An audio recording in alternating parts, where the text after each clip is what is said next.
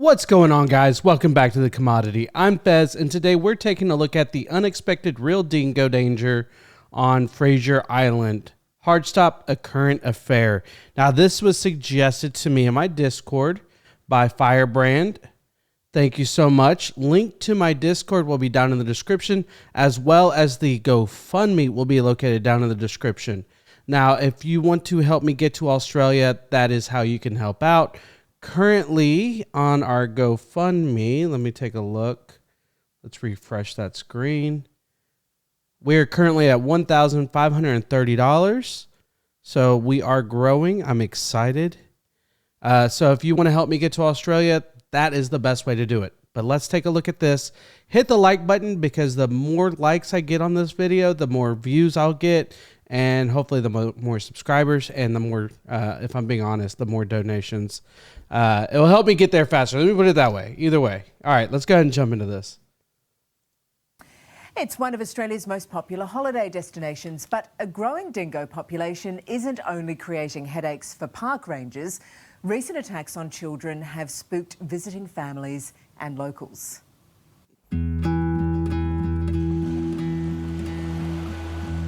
Few animals in Australia can spark emotion quite... It's so weird.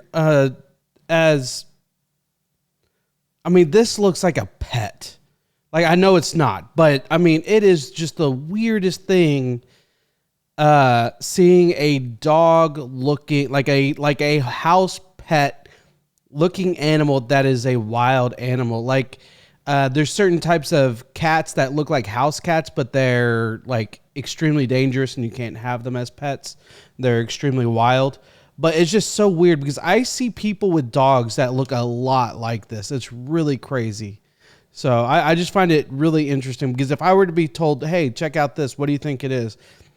Dingo would not be my first guess. I would think of an actual house pet because they don't look all mean. And when I picture wild canine, I'm thinking wolf or fox or coyote, but never a dog, which is what this looks like. So really crazy to me. Few animals in Australia can spark emotion quite like the dingo. Ever since baby Azaria disappeared all those years ago and Meryl Streep immortalised Lindy Chamberlain's desperate cry in the outback. The dingo's got my baby! The only other fatal dingo attack happened on these sand dunes at Waddy Point on Queensland's Fraser Island when 9-year-old Clinton Gage was attacked and killed 20 years ago. Wow. Just a few kilometres away at Orchard Beach, 2 young children were recently attacked within weeks of each other, reigniting the dingo debate. Just in front of that tiny township, we get our first glimpse of this majestic yet feared creature. Most people would never get to see one of these in the wild unless they visit Fraser Island. The problem for authorities is how to manage these beautiful yet potentially dangerous animals on an island with close to 500,000 tourist visits each year. I thought they were about to say 500,000 of them. I'm like, holy crap. I would just never go. I mean, dingoes are opportunistic. They're top-water predators. I'm not saying they're out to get people, but if an opportunity presents itself, especially with something small like a child that's actually smaller than a swamp wallaby, they'll generally go for it. Linda Berendorf is Fraser Island's dingo ranger, the person tasked with keeping the animals and the humans safe from each other. Dingoes are an extremely important part of this island, and not just physically, but culturally. They belong here, it's their home, and it is our job to make sure that other people understand that too. Fraser Island, or Gutty as it's known to its traditional custodians, is a spectacular place. Oh, wow. The largest sand island in the world and home to stunning freshwater lakes that even attract royal visitors like Prince Harry. Alongside towering rainforests and crystal clear river systems, you can see why tourists want to come here. Accessible only by four-wheel drive, many opt for the tour experience, traversing the island by the eastern beach, which is actually a gazetted highway. And after hearing of the recent attacks here, Obviously it was concerning. Chris and Desley Brown have brought their 4 young children up from Sydney's Blue Mountains. I'm constantly on the kids to settle down, don't run, don't get out of sight, that kind of thing, because, yeah, it concerns me. Also, during the day it's fine because you can see if there's dingoes around, but at night we can't see them.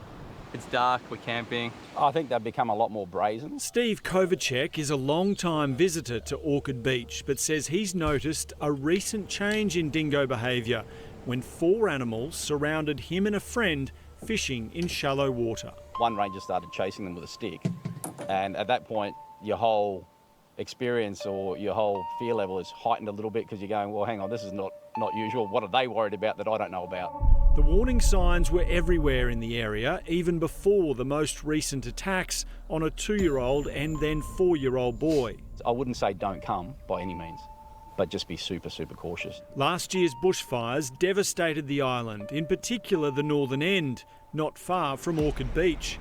Many people have been concerned about the impact those fires may have had on local wildlife.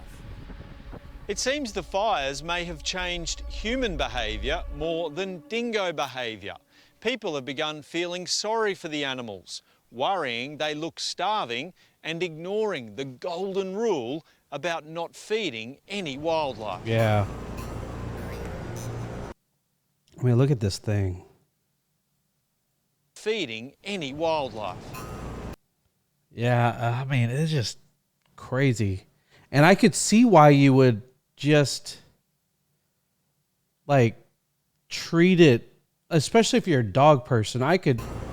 Oh, whoops. That's not what I wanted.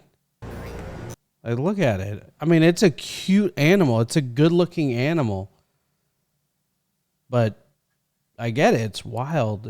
But it's wild that it's wild.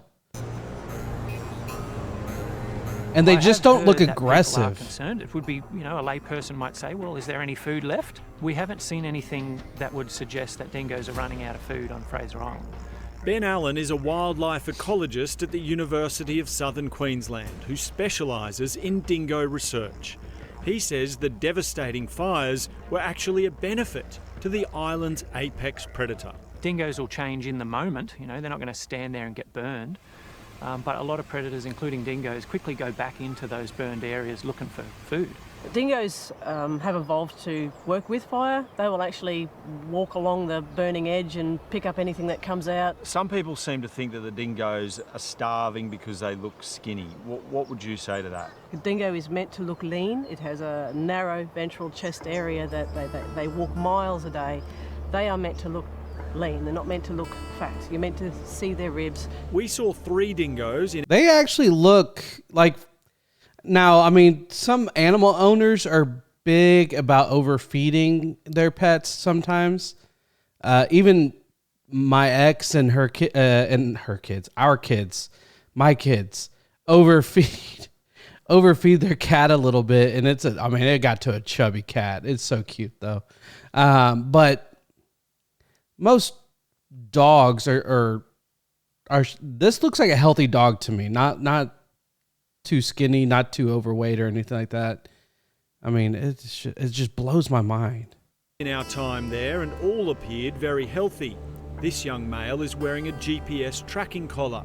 It may look large, but has to weigh less than 5% of its body weight, and hasn't stopped this one from finding a mate to breed with. This is the Orchid Beach area, and you can see where it's travelled up and down the eastern beach, but also gone inland. The collars are the latest tool used by rangers to assess where dingoes run into problems with humans and to prevent further attacks. It's extremely important. Our job is to save lives, both dingo lives and human lives, and to stop that high-risk interactions occurring. I wonder why they... I mean, obviously, y'all might know. I don't, obviously, because I don't encounter these animals ever. Like I always, it's always been like one of those jokes, kind of the shrimp on the Barbie and it's a dingo, those kind of things, the stereotype jokes that don't actually even make sense. But why do they go to the coast? Is there a reason behind it? Maybe just get a little wet? Because obviously they can't drink the water. It's not going to be healthy for them. And I mean, is there any type of sea life that they're able to eat? Or what's the reasoning, I guess, behind it is the basic question I'm asking. So let me know down in the comments if you actually know. The problem for rangers is that human interactions are making their jobs so much harder. You like my lamb curry? Despite the threat of hefty fines and warning signs everywhere, people continue to feed dingoes. This one's been fed cheesels. That person has pretty much signed the fate or even the death warrant of that animal, influencing the way it eats, what it eats, and even it now wanting to come to humans to get an easy food source. We could see this change in behaviour ourselves. It's a Watch dope as truck. this dingo approaches a passing car, sniffing the air, wondering if there might be some food thrown its way. The motorist only takes a photo before driving off. Good A fed job. dingo is a dead dingo. Now, it's either going to get hit by a car, killed by another dingo, or die of starvation. So it's tempting to throw a sausage to a skinny dingo, but you're only sealing its fate. And it's not just tourists who are the problem. It's feared some permanent residents on the island do it too. We have reason to believe that some of the locals are still feeding. I mean, I don't see food bowls out at doors. So I know it's wrong, but I'm kind of thinking, does the dingo bite the hand that feeds it? So let's say more people did. I know this is completely wrong. This is just a thought process of mine. It makes no sense. It's stupid. I already know. Don't worry. You can even say it down in the comments. But if it's being fed, now again, it's a wild animal, so there's no logic or rhyme behind it. But what if it's being fed enough to the point where it doesn't want to attack kids? It's like, hey, I've seen those weird looking squishy stand up things that walk around, but they feed us. So, it's like, then they won't die. They're fed by humans and they're still around hypothetically. And then they don't attack humans because they're like, that's our food source. So why would we attack our food source? I know it's sound logic and it makes total sense. And I come off as a genius. I know. But it's kind of like, could that be a thing? I know it's not. But still, I mean, it would be nice. Anymore, which we used to see, but I've got no doubt that there would be some locals that are quite empathetic towards what they believe is the plight of dingoes based on what they've read or what they've been led to believe. It's Christmas Day and the pups are getting a beautiful, beautiful present. Misguided activists are another part of the problem. Jennifer Parkhurst claimed to have been accepted by a pack of dingoes on Fraser, taking these incredible up-close pictures. But she was eventually convicted of feeding the animals after being caught on her own videos. Oh, damn. They've never had roast chicken before. Okay, Little Wings Moonlight. She also filmed one of her supposedly tame dingoes biting a young girl. Oh, naughty. Parkhurst's misguided intervention changed this pack's behaviour so much that 8 of them had to be humanely euthanized. An awful task dumped on the rangers and vets to ensure the human population stays safe. Too bad you can't euthanize the person that's doing it. So, I mean, that just answered my question. I mean, it didn't change anything. She bit into that girl. I mean, I think the dog was trying to be more like, hey, I'm over here. Give me something too. But I could be completely wrong. It might be like, I was just trying to get a taste of you. And it tastes pretty damn good. So actually, most animals don't like the taste of human, which is quite interesting. I wonder if that's an evolutionary trait. Because like apparently sharks don't like our taste. Alligators don't like the taste of human. Crocodile, same thing.